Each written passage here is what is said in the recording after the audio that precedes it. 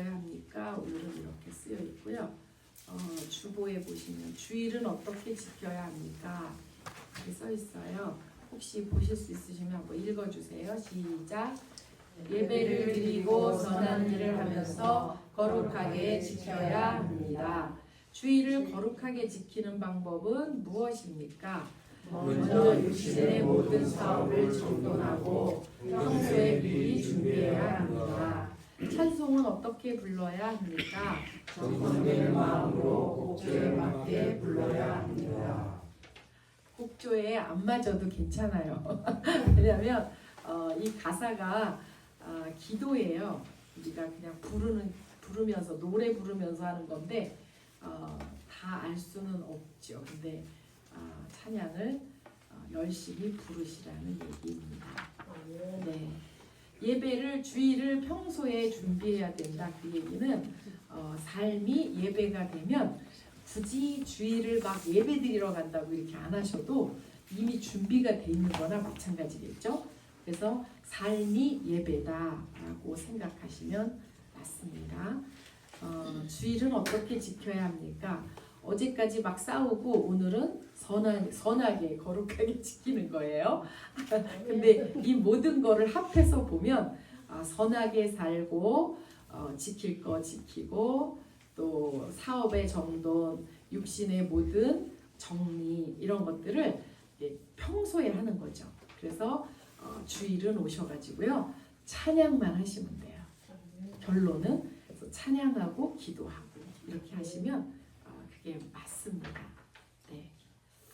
우리 잘 아는 찬송 장로님 얘기해 주셨는데 나 같은 죄인 살리시면 할까요? 네. 이거 하시고 나면 시간이 잘 맞으시고 305장입니다. 찬송가.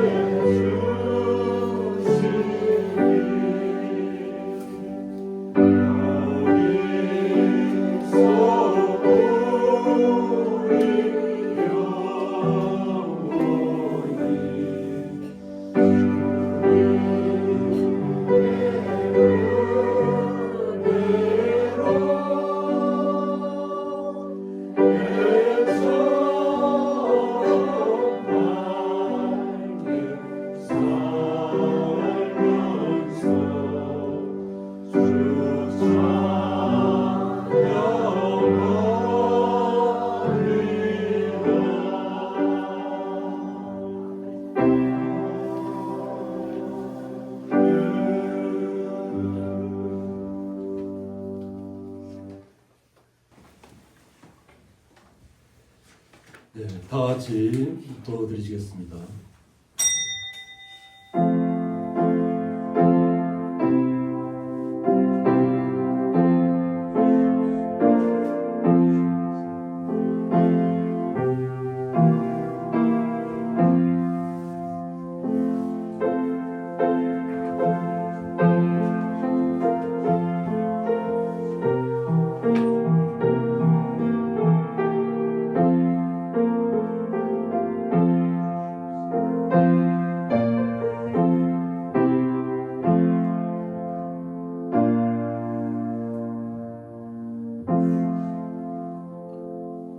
하나님은 영이시니 예배하는 자가 신령과 진정으로 예배할지니라.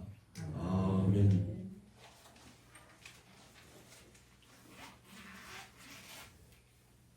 다 같이 사도신경으로 신앙 고백 드리겠습니다. 전능하사 천지를 만드신 하나님 아버지를 내가 믿사오며 그 외아들 우리 주 예수 그리스도를 믿사오니 이는 성령으로 잉태하사 동정녀 마리아에게 나시고 본디오 빌라도에게 고난을 받으사 십자가에 못 박혀 죽으시고 장사한 지 사흘 만에 죽은 자 가운데서 다시 살아나시며 하늘에 오르사 전능하신 하나님 우편에 앉아 계시다가 저리로서 산자와 죽은 자를 심판하러 오시리라. 성령을 믿사오며 거룩한 공예와 성도가 서로 교통하는 것과 죄를 사하여 주시는 것과 몸이 다시 사는 것과 영원히 사는 것을 믿사옵나이다. 아멘.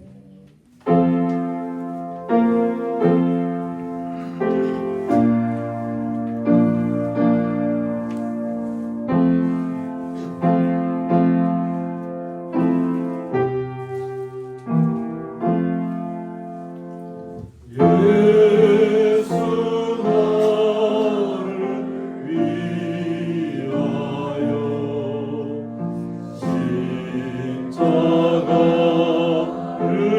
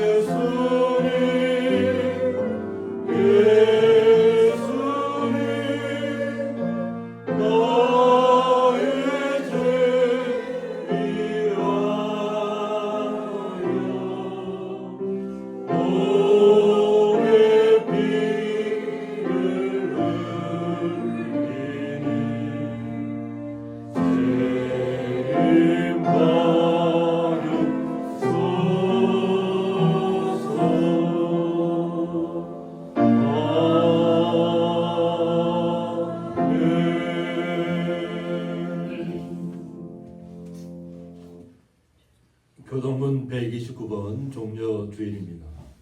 시온에 따라 크게 기뻐할지어다. 보라, 내 왕이 내게 임하시나니 그는 공의로우시며 구원을 베푸시며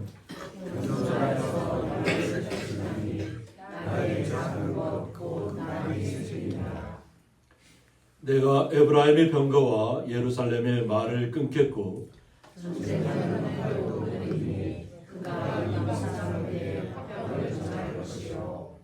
그의 통치는 바다에서 바다까지 이르고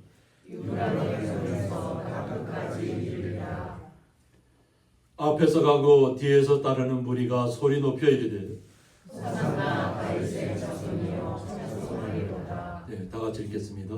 주의 이름으로 오시는 이여 가장 높은 곳에서 호산나 하더라. 아멘.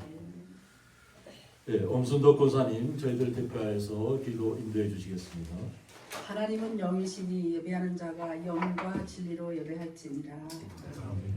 사랑이시며 은혜이신 하나님 아버지, 주님의 십자가를 묵상하며 사순절을 보내게 하시고 오늘 종려 주일로 예배드리는 거룩한 이 시간, 우리의 구원을 위하여 독생자 예수 그리스도를 아낌없이 내어주신 그 사랑에 진심으로 감사드리며 찬양과 경배를 올려드립니다. 마음이 청결한 자가 하나님을 본다고 하신 주님, 한 주간도 알게 모르게 지은 저희들의 허물과 죄를 눈같이 희게 씻어 밝히사 정결한 마음으로 예배드리는 저희들에게 찾아오사 주님을 느끼고 경험하는 복된 시간 되게 하여 주시옵소서. 하나님 아버지, 그 어느 때보다 힘든 시기를 보내고 있는 우리 대한민국의 어려운 문제들이 해소되어 하나님만이 높임받는 이 나라 되게 하시며 산불로 삶의 터전을 잃어버리고 시름에 빠져 있는 이들에게 하루속히 삶의 기반이 마련되어 일상이 회복되는 은총을 허락하여 주시옵소서. 우리 고향의 교회를 축복하사 믿음의 성도들로 채워주시는 고마우신 하나님 아버지, 말씀과 찬양과 기도가 살아있는 생동감 넘치는 교회로 축복하여 주시고 성도 한 사람 한 사람의 기도에 귀 기울여 주셔서 필요의 간구를 응답하여 주시고 어디서 뭘 하든지 빛의 자녀로서의 삶을 살도록 인도하여 주시옵소서. 성도들의 양육을 위하여 수고하시는 목사님과 사모님을 간건케 하사 맡겨주신 양떼들을 바른 길로 인도하기에 부족함 없는 선한 목자가 되게 하여 주시옵소서. 예배를 위하여 각자의 자리에서 이름 없이 빛도 없이 섬기시는 손길들을 축복하여 주시고 그들의 삶을 형통의 복으로 채워 주시옵소서. 오늘도 말씀 선포를 위해 단상에서 목사님을 붙드사 그 입술을 통해 내려지는 말씀이 권세 있게 하시고 살아있게 하셔서 성도들의 삶의 지표가 되는 귀한 말씀 되게 하여 주시옵소서. 성도들과 함께 드리는 요셉의 찬양을 기쁘게 받으시길 원하오며 구원의 은총을 주신 예수님의 이름으로 감사기도 드립니다.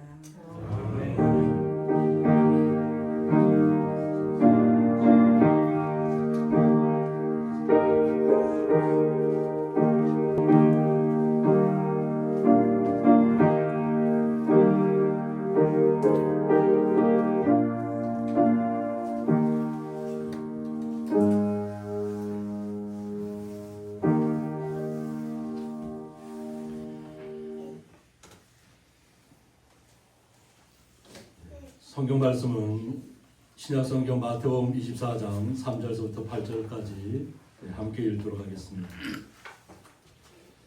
예수께서 감람산 위에 앉으셨을 때에 제 아들이 조용히 와서 이르되 우리에게 이르소서 어느 때에 이런 일이 있겠사오며 또 주의 임하심과 세상 끝에는 무슨 징조가 있사오리이까. 예수께서 대답하여 이르시되 너희가 사람의 미혹을 받지 않도록 주의하라. 많은 사람이 내 이름으로 와서 이르되 나는 그리스도라 하여 많은 사람을 미혹하리라. 난리와 난리 소문을 듣겠으나 너희는 삼가 두려워하지 말라. 이런 일이 있어야 하되 아직 끝은 아니니라. 민족이 민족을 나라가 나라를 대적하여 일어나겠고 곳곳에 기근과 지진이 있으리니 이 모든 것은 재난의 시작이니라. 아멘. 예, 종료주의를 맞이해서 여성 중창단 연합으로 하나님 앞에 찬양을 올려드리겠습니다.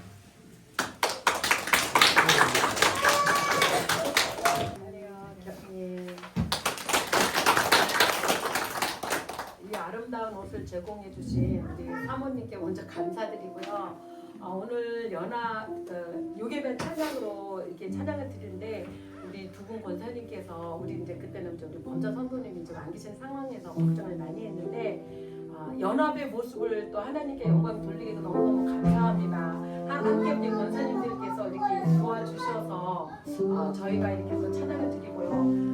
이 곡을 선정하기로는 세상에서 누구나 다 방황을 하는데 방황하는 저희를 한 사람 한 사람 불러주셔서 하나님 아버지 귀한 일꾼의 자리로 이렇게 세워주신 은혜에 감사해서 저희가 곡조 있는 기도로 찬양을 올리겠습니다.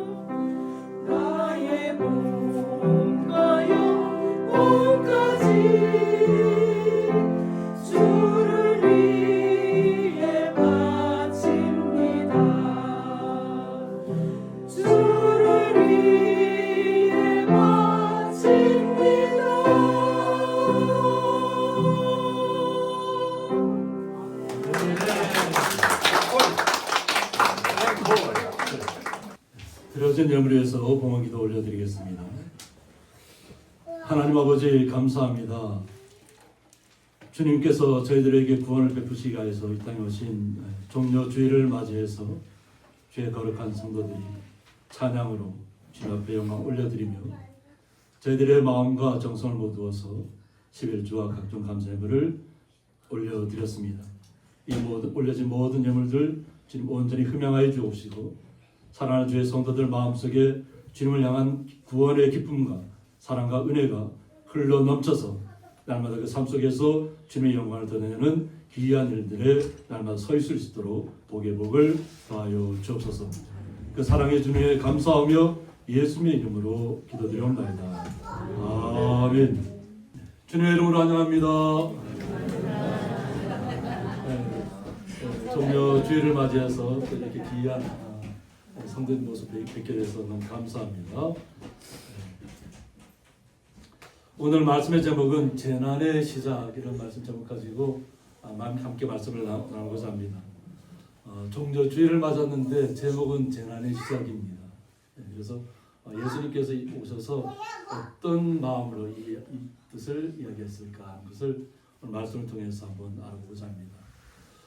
오늘은 기쁨의 날이고 구원의 날이고 이스라엘 모든 그 예루살렘 성 안에 모여있던 모든 아이에서부터 시작해서 큰 장사한 사람을 이렇게까지 호산나 하면서 외쳤던 종려 주일입니다. 자신의 겉옷을 벗어서 예수님이 나귀를 타고 오실 때 거기에다 이렇게 겉옷을 깔아두고 또 종려 나무를 가지를 꺾어서 한영의 그 모습으로 내놓는 것은 굉장히 존귀하신 분을 맞이하는 자세입니다. 그러니까 어린 아이에서부터 어른에 이르기까지 지금까지 보지 못했던 예수님의 모습을 깨닫게 되는 거예요. 그래서 죽은 자를 살려내는, 또 죽어있던 이스라엘, 어떻게 보면 그 당시에는 식민지 생활을 했었기 때문에 로마에 의해서 어떤 굉장히 아픔이 있었을 겁니다. 어떻게든 이 나라가 회복이 되어야 되는데 이스라엘이 회복을 바라는 그 시간대에 예루살렘에 예수님이 오셨기 때문에 그 민족으로서는 굉장히 큰 기쁨이죠. 그런데 이것이 우리에게는 고난 주간의 시작이라는 겁니다. 예수님께서는 바로 그 이스라엘 민족만을 위해서 구원을 베풀기 위해서 온 것이 아니라 전 세계 모든 민족에게 구원을 베풀기 위해서 자신이 호산나 구원해달라고 하는 그 순간에도 이미 자신은 자신의 죽음을 이미 예전부터 계속 제자들에게 이야기했고 많은 군중들 앞에 얘기했지만 군중들은 전혀 이해하지 못하는 일이고 제자들도 이해하지 못했던 일이에요. 어떻게 예수님이 지금 왕으로 오셨다고 생각했는데 어떻게 죽으실 수 있는가? 그리고 어떻게 다시 살아날 수 있는가? 우리의 인간의 생각으로는 꿈꿀 수 없는 일이기 때문에 다시 부활한다는 것은 있을 수 없는 일이라고 생각했기 때문에 아예 그냥 듣기는 들어도 그냥 흘려버리는 겁니다. 그리고 현실을 바라보는 거죠. 우리의 왕으로 오신 예수님. 지금 제가 이것은 11년 전에 가서 이렇게 촬영했던 예루살렘 감람산의 모습입니다. 감람산인데 지금도 이스라엘 백성들은 이곳에다가 무덤을 만들어 놓습니다. 마지막 때에 오시면 자신들부터 이곳에서 부활한다고 믿기 때문에 감람산에다가 계속 이렇게 무덤을 갖다 놓습니다. 그래서 이게 다 돌무덤이죠. 석관으로 만든 돌무덤이고 또 이렇게 지금 사진은 잘 안 보이지만 굴이 있습니다. 돌로 만들어진 굴이 있는데 그 안에 들어가 보면 굴이 이렇게 안에도 구멍이 몇 군데 이렇게 계속 이렇게 쌓여 있습니다. 그러니까 그 굴마다 사람을 장사 지내는 겁니다. 그리고 그 안에 들어가서 다시 부활할 날을 꿈꾸면서 이곳에서 아마 이렇게 장사를 지내는 거죠. 그리고 여기서 이렇게 우측편을 볼 때 이것이 이제 감람산에 감람나무가 그냥 울창하게 이렇게 펼쳐져 있는 모습을 볼 수가 있습니다. 이것이 바로 예수님께서 우리를 위해서 우셨던 그런 자리이기도 합니다. 예수께서 감람산 위에 앉으셨을 때가 있는데 이 감람산은 오로스톤 엘라이온이라고 해서 올리브 나무들의 산입니다. 그러니까 우리가 이렇게 요즘 건강한 식단을 얘기할 때 올리브유를 항상 얘기합니다. 그래서 과일이나 야채나 샐러드나 이렇게 할 때 거기다 올리브유를 갖다 이렇게 첨가해서 먹으면 우리에게 필요한 영양분들을 잘 융합시켜 줄 수 있는 역할을 한다 그래요. 그래서 올리브유를 조금씩 이렇게 첨가해서 드시면 위장 활동이 굉장히 좋다네요. 근데 이것이 그들에게 보면 굉장히 많았던 올리브 산인데 올리브 나무들의 산인데 예루살렘 동편의 산이고 기드론 시내 건너편에 있는 해발 814m 이상입니다. 해발이 814m입니다. 그래서 예루살렘 보면 예루살렘 성에서 밑으로 이렇게 기드론 시내가로 그냥 푹 파져 있고, 지금은 도로로 이렇게 돼 있지만 그것이 푹 파진 기드론 시내가를 거쳐서 다시 이렇게 감람산으로 올리브산으로 오는 그 길목입니다. 그래서 이 산 서쪽 계속에 겟세만의 동산이 있었다 그랬습니다. 저희 아까 올리브가 많이 있었던 그것이 이제 겟세만의 동산이 됩니다. 근데 여기에 있을 때 제 아들이 조용히 와서 예수님한테 이야기를 했다는 거죠. 조용히 왔다는 얘기는 뭐냐면 자신들이 이해하지 못하는 일들이 있다는 거예요. 예수님이 말씀하셨는데 그래도 우리한테는 그 제자들한테는 알려줘야 되지 않겠냐, 그 말씀의 뜻을.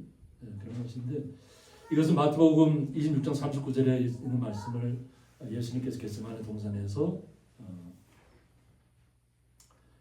내 아버지여 만일 할 만하시거든 이 잔을 내게서 지나가게 하옵소서. 그러나 나의 원대로 마시옵고 아버지의 원대로 하옵소서 하고 기도했던 그 겟세마네. 그래서 이것을 이렇게 그곳에 이렇게 비석으로 예수님의 말씀을, 예수님의 심정을 이렇게 기록을 해놨습니다. 이것을 갖다가 우리한테는 알려달라는 거죠. 예수님께서 가려가시는 길, 그것은 주님께서 항상 말씀하셨지만 깨닫지는 못하겠다는 거죠. 그러니까 정확하게 그래도 우리 제자들한테는 분명하게 그 뜻이 어떤 뜻인지를 알게 해줘야만 우리가 예수님을 제대로 섬기고 따라갈 것 아니겠습니까? 이런 의미죠.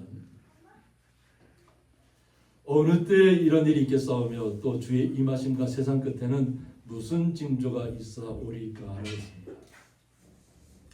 예수님께서 이 전에 뭐 어떻게 했냐면 이 예루살렘 성을 헐으라고 했어요. 헐어버려. 그럼 내가 사흘 만에 다시 이 성을 일으키겠다는 거예요. 예루살렘 성을 쌓는데 얼마나 오랜 시간이 걸렸어요. 그런데 그것을 헐어버리면 내가 바로 세우겠다는 거예요. 그러니까 이해를 못하겠다는 거예요. 근데 예수님께서는 이것을 뭐라고 했냐면 자신의 몸을 죽음의 십자가에 달려서 죽을 것을 이야기하는 것입니다. 그리고 자신이 다시 부활할 것을, 다시 우리에게 생명을 주시기 위해서 부활할 것을 이야기한 것인데, 제자들은 도저히 이해가 안 된다는 거죠. 어떻게 이 예루살렘 성이 무너질 수도 있겠으며 어떻게 이것을 갖다가 예수님이 금방 어떻게 다시 세울 수 있겠냐는 거죠. 이해가 안 된다는 거죠. 그러니까 어느 때 이런 일이 일어나겠느냐, 그리고 세상 끝에는 어떤 일들이 벌어질 것을 좀 우리한테는 좀 알려달라는 거죠. 그러니까 예수님 혼자만 알고 계지 말고 어떤 일들이 일어날지를 우리도 알아야 되지 않겠습니까? 하는 겁니다. 이 올리브 이 나무가 수천 년을 견뎌오면서 이렇게 굉장히 굵습니다. 이렇게. 키는 그리 크지 않아요. 키는 높이는 이렇게 크지 않은데 옆으로 이렇게 굉장히 굵습니다. 이 수천 년의 시간을 예수님 시대 때부터 이렇게 올리브 나무가 이렇게 있었다고 하는 거죠. 그리고 이제 새로 이렇게 얼마 되지 않은 올리브 나무도 있습니다. 큰 나무 옆에 또 이렇게 다시 나무가 나타나서 뿌리를 통해서 번식해서 나와서 있는데, 이곳에 가면 돌로 이렇게 피스라고 이렇게 평화를 해놨습니다. 누구에게나 바라는 것입니다. 예루살렘 성의 이름의 뜻이 또 평안입니다. 평안입니다. 샬롬하고는 평안이 임할지어다. 우리가 항상 축복의 사람이었죠. 어느 누구에게는 누구를 만나거나 어느 집에 가거나 항상 샬롬하는 마음으로 들어가셔야 좋습니다. 그 집에 평안을 빌어주고 복을 주고자 함이라는 것. 이것은 이스라엘 백성이 처음부터 가졌던 그 마음들이에요. 또 예수님께서 그 성을 통해서 우리에게 평안을 주시기 위함입니다. 그런데 왜 우리는 이해하지 못한 재난의 이야기였을까 하는 겁니다. 예수님께서 말씀하십니다. 너희가 사람의 미혹을 받지 않도록 주의하라고 했습니다. 때가 이르면 사람을 미혹한다는 거죠. 누가? 사람이 사람을 미혹한다. 지금 우리나라에도 마찬가지고 전 세계적으로도 마찬가지고 이단들이 꽃을 피우고 있습니다. 그런데 우리는 그런 것에 연연하지 마셔야 될 점이 있습니다. 왜요? 예수님께서 이미 예견하신 이미 2000년 전에 이야기하셨던 일들이 지금 우리 땅에서 벌어지고 있는 것입니다. 우리가 복음을 받아들인 지 얼마 되지 않았죠. 3.1 운동할 때 3.1 운동에 앞장섰던 사람들이 기독교인 숫자는 적었어요. 근데 대다수가 기독교인이었다. 나라를 되찾겠다고 하는 그 꿈을 안고 자신들이 고초를 당하면서도 우리에게는 유관순 누나라고 이렇게 얘기합니다. 지금 따지면 그 당시에는 소녀였습니다. 소녀. 그래서 예수님을 영접하고 나라를 되찾겠다는 꿈을 가지고 또 함께 그 뜻을 갖고 있는 이름 없는 이름도 없이 빛도 없이 함께했던 소녀들이 있었다는 거예요. 기독교인들이 앞장섰다는 거예요. 그러니까 누구에게라도 나라를 되찾고자 하는 꿈은 있잖아요. 그죠? 그런데 우리가 시대를 계속 흘러다 보니까 이제는 우리가 그 막 나라를 되찾겠던 오히려 예수님 앞에 더욱 나아갔던 그리고 평양에서부터 시작되었던 회개 운동이 오히려 전쟁을 통해서 그 복음이 남쪽으로 내려왔다는 거예요. 북한이 공산화되면서 기독교인들이 남쪽으로 내려왔다는 거예요. 뭐 만주로 가거나 뭐 사륜으로 가거나 또 현지에서 나는 그래도 내 땅에서 안 떠나겠다 했던 분들도 있고 이분들 때문에 결국 복음이 더 퍼지는 겁니다. 예수님의 복음이 디아스포라를 통해서 고난을 통해서 확산되는 겁니다. 때로는 하나님께서 우리를 고난 가운데 이끄시는데 그 고난은 우리를 거기서 끝나게 하고 절망 가운데서 무너지게 하는 것이 아니라 그것에서 더 강하게 나타나게 하시려고 우리를 복음으로 이끄시는 좀 있습니다. 그런데 이 땅에는 많은 사람들이 구원의 확신이 없습니다. 구원의 확신이 없으니까 그냥 그런 이단들이 와서 이렇게 미혹할 때마다 거기에 가야만 되는 줄 알고 그냥 쏙 넘어갑니다. 확신이 있다면 흔들리지 않죠. 흔들리지 않는 나무처럼 돼야 되는데 수천 년을 극현동 올리브 나무처럼 그렇게 굳건하게 그 자리 그대로 딱 뿌리를 받고 있어야 되는데 그냥 너무 많이 흔들리고 있답니다. 사람들이. 뭐냐면 현실 속에서 무언가 나에게 나의 만족감을 주는 것을 찾기 때문이었습니다. 우리는 세상에서 만족감을 찾으려는 것이 아니라 오직 주님 안에서 만족감을 누리셔야 될 줄 믿습니다. 그러면 주님께서 우리가 원하지 않든 우리의 삶을 주님께서 책임져 주신다는 겁니다. 그것이 내가 꾸었던 꿈인지 예수님의 꿈인지는 우리가 알 수 없습니다. 때로는 우리의 꿈대로 되지 않을 때도 있어요. 예수님께서 때로는 우리가 꿈을 한참 꾸고 나갈 때 우리를 절망 가운데로 몰아넣고 그 길이 아니라고 얘기할 때가 있습니다. 그리고 그 절망 가운데 새로운 길을 우리에게 열어주실 때가 있습니다. 이 사진은 제가 이 교회 사진을 찍었던 그 사진을 갖다가 반고흐 스타일로 좀 변화시켜 달라고 했더니까 우리 교회의 모습이 이렇게 나타납니다. 십자가가 갑자기 많아졌죠. 반고흐 스타일 했더니까 우리 교회 십자가 세 개의 십자가가 그냥 이렇게 지금 딱 섰습니다. 그리고 또 십자가가 또 위에도 씁니다. 보면 반고흐가 있는 그 그림 속에는 그 마을의 중간에 교회가 있습니다. 그 많은 사람들이 그 그림을 보면서 그 중간에 있는 교회를 바라보고 마음의 평안을 누린다네요. 반고흐는 굉장히 고통스러운 삶을 살았던 분이에요.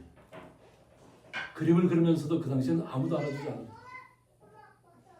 오히려 동생이 돈을 대줘서 물감을 사주고 해서 그 그림을 그려야 되만 했다. 또 자신의 길을 잘라야만 했던 고통과 고난의 시간이었어요. 그런데 지금 후세에 와서는 반고흐 그리면 아주 유명한 그림이 되었죠.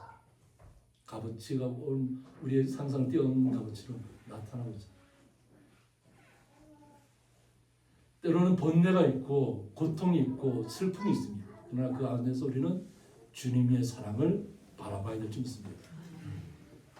그러므로 많은 사람이 내 이름을 와서 이룬다는 겁니다. 많은 사람. 나는 그리스도라 하여 많은 사람을 미혹하리라고 했습니다. 우리가 구원의 확신이 있으면 흔들지 않는 믿음으로 그냥 어떠한 환경 가운데서도 우리는 오직 구원의 확신이 있기 때문에 이 땅의 고난을 감사함으로 믿음으로 잘 받아서 이겨낼 수가 있습니다. 그런데 믿음의 뿌리가 깊지 않으면 그냥 이 얘기하면 여기에 솔깃하고 저 얘기하면 저기에 솔깃하고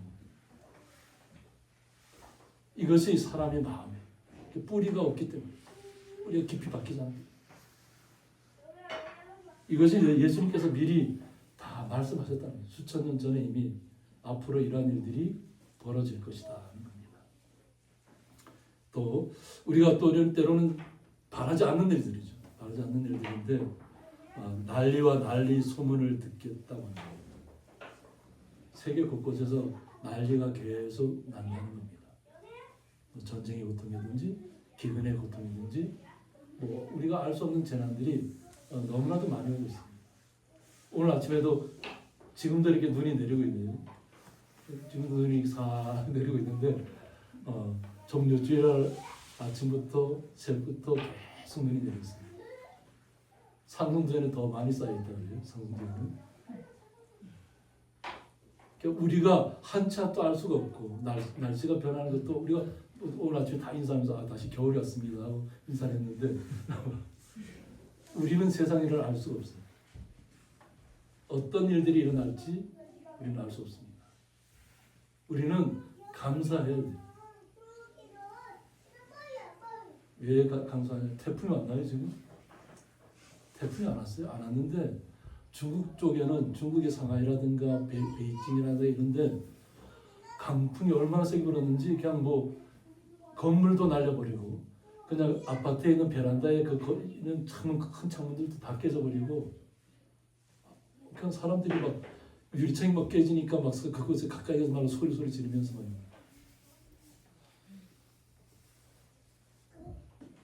얼마 전까지도 황사가 그래 덮었다 했잖아요. 앞이 안 보일 정도로 중국에는 황사가 덮어서 이렇게 왔는데 또 강풍이 불어서 다 날려버리는 건물들, 자동차도 날려버리고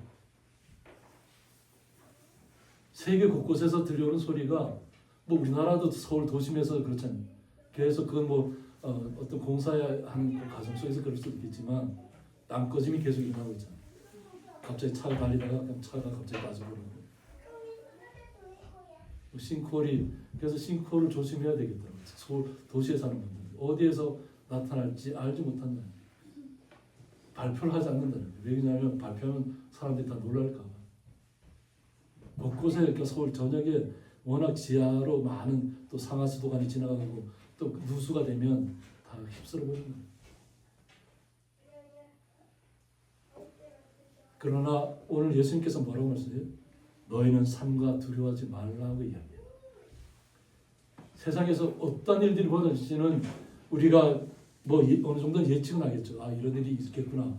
일본에서도 마찬가지로 화산이 터지고 이런 일들이 있고 아이슬란드에서도 화산이 터지고 곳곳마다 이렇게 폭탄을 안고 있어요.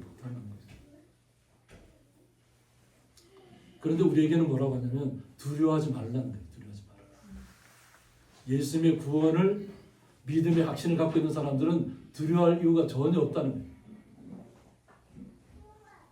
우리 성도님들은 오늘 하루를 감사와 기쁨으로 사시면 됩니다. 아멘. 오늘 하루를 주님과 함께 기쁨으로 나아가시면 되는 것입니다. 내일 일까지 우리가 할 필요가 없어요.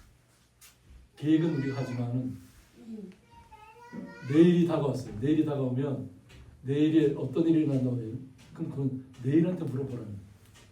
우리는 항상 현재를 하나님께서 우리에게 과거와 현재 미래를 다 주관하고 계시지만 우리는 항상 주님과 함께 오늘 하루를 기쁨으로 감사로 주님과 함께 나가야 될 줄 있습니다. 이런 일들이 계속 나타날 것이라는 겁니다. 이런 일이 있어야 돼. 아직 끝은 아니라는 겁니다. 끝이 아직 이르지 않았다는 겁니다. 예수님께서 하신 말씀을 우리는 문자적으로만 너무 해석해서도 안 되고 너무 또 영적으로만 해석해서도 안 돼요. 이거 말씀과 영적인 부분이 고루 균형을 맞춰야 될 줄 믿습니다. 그래서 그 어떤 것에도 흔들리지 않는 믿음이 있어야 될 줄 믿습니다. 민족이 민족을, 나라가 나라를 대적하여 일어나고 있습니다. 가면 갈수록 더 힘든 일들이 나타나고 있습니다. 우리나라는 아직까지도 그래도 전쟁에 대해서는 뭐 6.25 전쟁 이후에는 크게 아직까지 큰 전쟁을 겪지 못했습니다. 그런데 지금 현 시대를 살고 있는 현 세계의 곳곳마다 우리가 너무나도 잘 알고 있잖아요. 아프리카, 뭐 중동, 유럽도 마찬가지고, 그죠? 전쟁은 계속 벌어지고 있어요. 수많은 사람들이 죽음 가운데로 내몰리고 있어요. 이런 일들이 나타날 것을 이미 예수님께서는 이미 2000년 전에 이미 말씀하셨어요. 곳곳에 기근과 지진이 있으리니 이 모든 것은 재난의 시작이라고 했습니다. 이것이 끝이 아니에요. 시작이라는 거예요.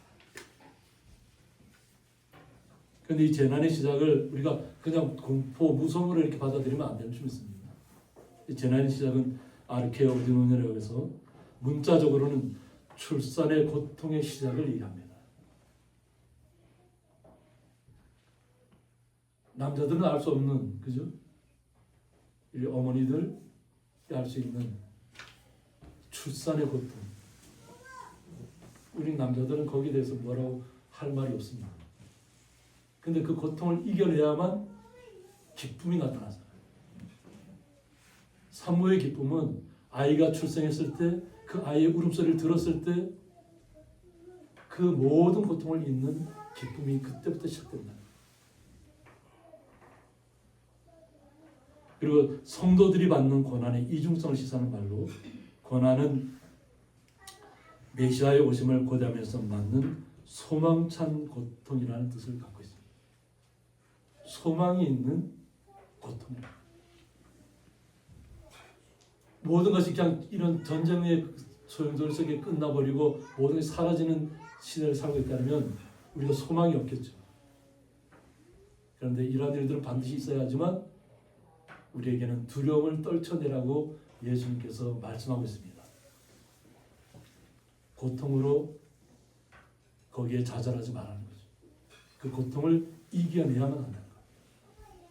그 출산의 고통을, 아픔을 이겨내야만 우리가 주님의 뜻을 온전히 이해할 수 있다는 것입니다.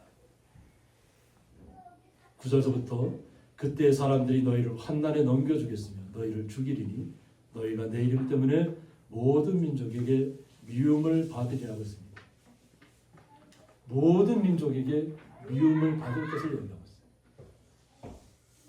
그러니까 예수님을 믿으면 그냥 그때부터 그냥 모든 것이 기쁨으로 다 변하고 환경도 다 즐거움으로 바뀌어야 된다고 우리 생각할 수 있잖아요.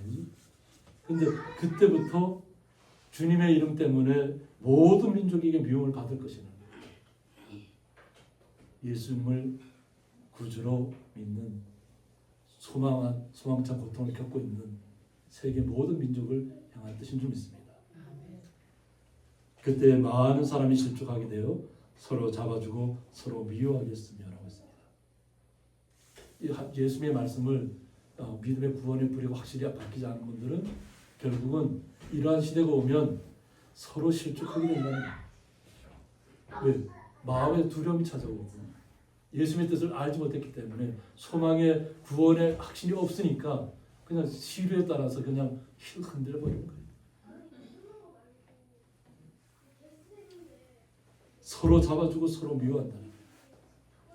서로 아껴주고 서로 보듬고 위로해야 될 사람들이 서로 잡아주고 서로 미워하는 시대로 바뀐다는 거예요. 그리고 거짓 선자가 많이 일어나 많은 사람을 미혹한다고 했습니다.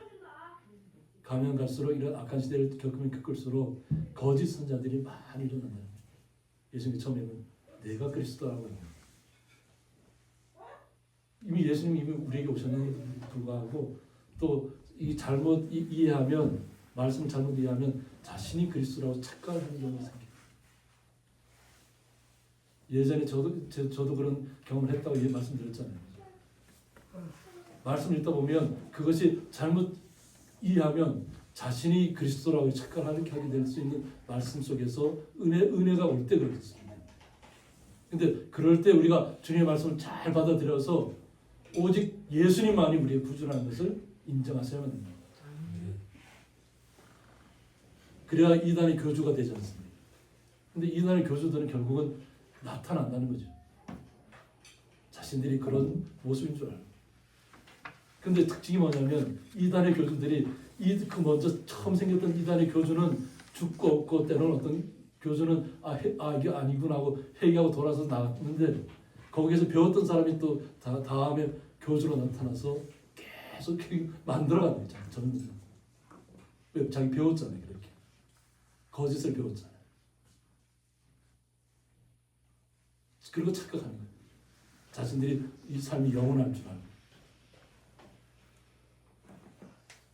이런 일들에 우리는 빠지지 않아야 되고 불법이 성함으로 많은 사람의 사랑이 식어지리라고 했습니다. 현 시대가 사랑이 식어진 시대입니다. 우리가 처음 첫사랑을 기억하고 또 남자와 여자로 남편과 아내로 서로 만나서 뜨거운 기쁨 나누고 사랑을 나눴던 시간들을 기억하시나요? 우리는 그 사랑을 간직해야 될 줄 있습니다. 잃어버려서는 안 될 줄 있습니다. 그런데 세상이 불법적인 많은 일들이 나타나면 거기에 사랑을 찾지 못하고 쾌락을 쫓아가고 환락을 쫓아가고 이 시대가 현 시대가 그렇습니다. 얼마 전에도 강릉 쪽으로 이렇게 마약이 이렇게 배로 운반에 들어오다가 걸렸죠. 미국하고 공조를 해서 이렇게 붙잡았다는데 우리나라 사람 전체가 다 취할 수 있는 마약이라.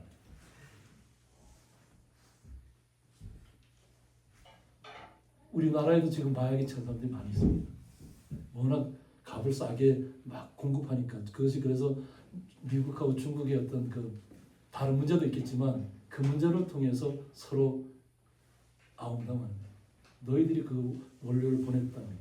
마약이 원료, 값싼 원료.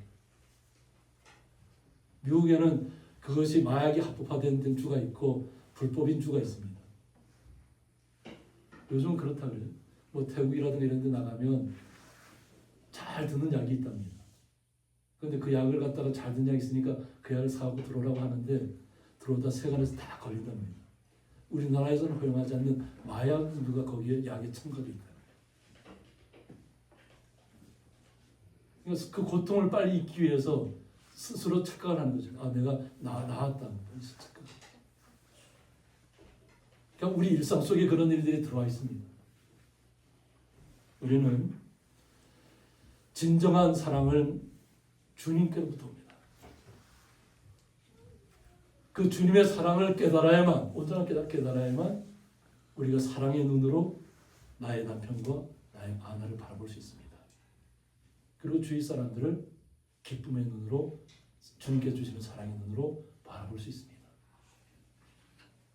우리는 세상의 시류에 휩쓸려서 그냥 그런 얘기를 하더라고요. 파도를 보지 말고 그 파도를 움직이는 바람을 봐야 된다. 바람이 보이나요? 근데 파도가 이렇게 몰아쳐오면 어떤가요? 파도가 사람을 그냥 사라지게 하기도 합니다. 뭐 이렇게 우리가 뭐 요즘은 폭삭 소화수사를 통해서 제주도의 삶을 많이 보잖아요. 또 포항에 있는 어떤 시인들은 그런 얘기를 합니다. 자신이 그 시를 썼더라고요. 나의 친구들이 그냥 꿈을 안고 무언가 이렇게 많은 돈을 벌기 위해서 배를 타고 나갔는데 지금까지도 돌아오지 않는다고 얘기했어요. 그러니까 바닷속에서 숨졌다는 얘기예요. 이런 일들이 너무나도 많이 있습니다. 지금은 이렇게 기술이 많이 발달해서 배들이 잘 자초되지 않는다고 하지만은 그래도 계속 사고가 일어나잖아요. 그 큰 배들도 때로는 바다에 빠지는 거예요. 우리는 눈앞에 당장 나타나는 거친 파도를 바라보기보다는 주님께서 우리를 향하신 뜻인 어떤 바람인가를 잘 보셔야 됩니다. 그래서 세상을 좀 그러니까 주님의 눈으로 바라보셔야 될 줄 있습니다. 그냥 당장 눈앞에 닥쳐온 현실 때문에 막 갑갑해하거나 두려워하거나 뭐 좌절하지 마시고 이 파도가 지나가면 어떠한 일들이 올 것을 잘 좀 지켜봐야 될 줄 있습니다. 반드시 바람이 잦아집니다. 그것을 때를 참고 기다리셔야 될 줄 있습니다. 그리고 끝까지 견디는 자는 구원을 얻을 것이다. 끝까지 견디는 자. 주님께서 우리에게 이 말씀을 하신 이유가 뭐냐면 끝까지 견디라는 얘기예요. 어떠한 슬픔과 아픔과 고통이 우리에게 파도가 밀려온다 할지라도 덮쳐온다 할지라도 우리의 믿음을 주님을 향하는 그 사랑을 버리지 않아야 된다는 거예요. 흔들리지 않아야 된다는 거예요. 우리에게는 구원의 확신이 있잖아요. 그 구원의 확신을 가지고 삶의 모든 사물들을 바라보시길 원합니다. 예수님께서 이 천국 복음이 모든 민족에게 증언되기 위하여 어떻다고요? 모든 민족에게 증언되기 위하여 이스라엘 사람들만 예루살렘 성에 있는 사람들만이 아니라 모든 민족에게 이 천국 복음이 증언되어야 된다는 겁니다. 그리고 이것이 온 세상에 전파될 것을 이야기하고 있습니다.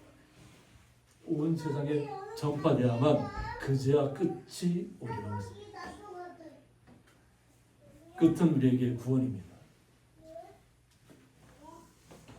그래서 예수님께서 오늘 재난의 시작이라는 거예요. 출산의 고통이라는 거예요.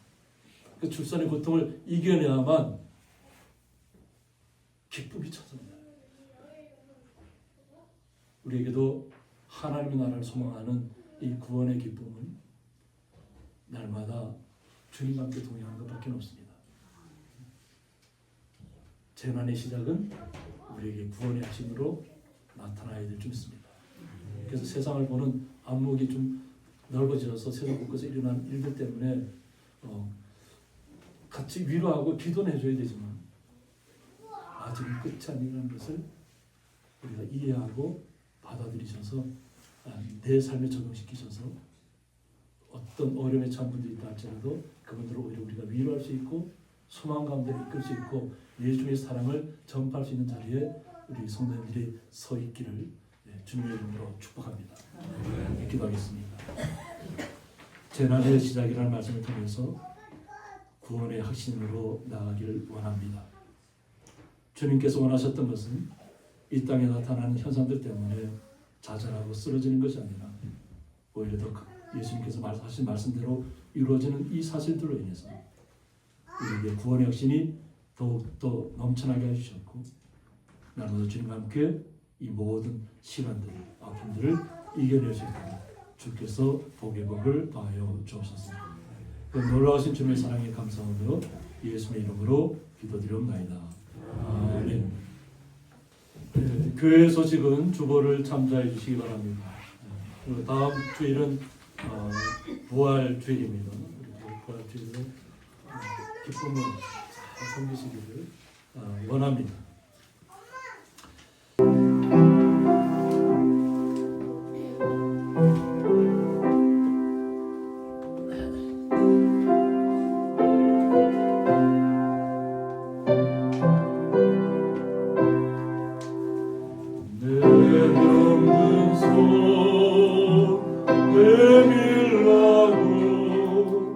주 예수님 말씀하네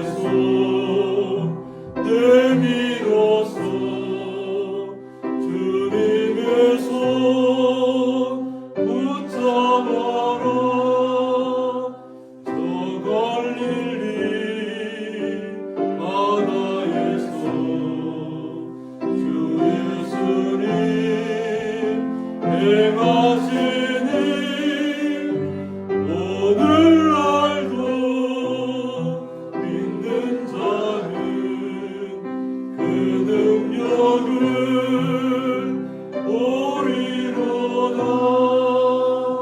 내 병든 손 내밀어라. 주 예수님 고치시리. 내 병든 손 내밀어라. 주님 고치시리라. 모든 의심 물리치면 고약한 맘 사라지니 주를 믿는 마음으로 주님 앞에 손 내밀라. 주 예수는 자비하사 크신 사랑 베푸시니 지체 말고 믿는 자는 영생복을 받으리라. 내 병든 손 내밀어라. 주 예수님 고치시리. 내 병든 손 내밀어라. 주님 고치시리라.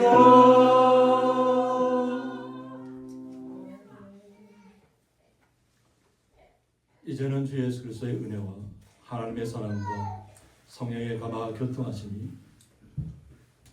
재난의 시작이 곧 우리에게는 구원의 확신으로 우리의 삶 속에서 나타났다는 것을 확신하고 나아가는 주의 거룩한 성도들과 그 가정과 기업 위에 영원토록 함께 있을지어다. 아멘.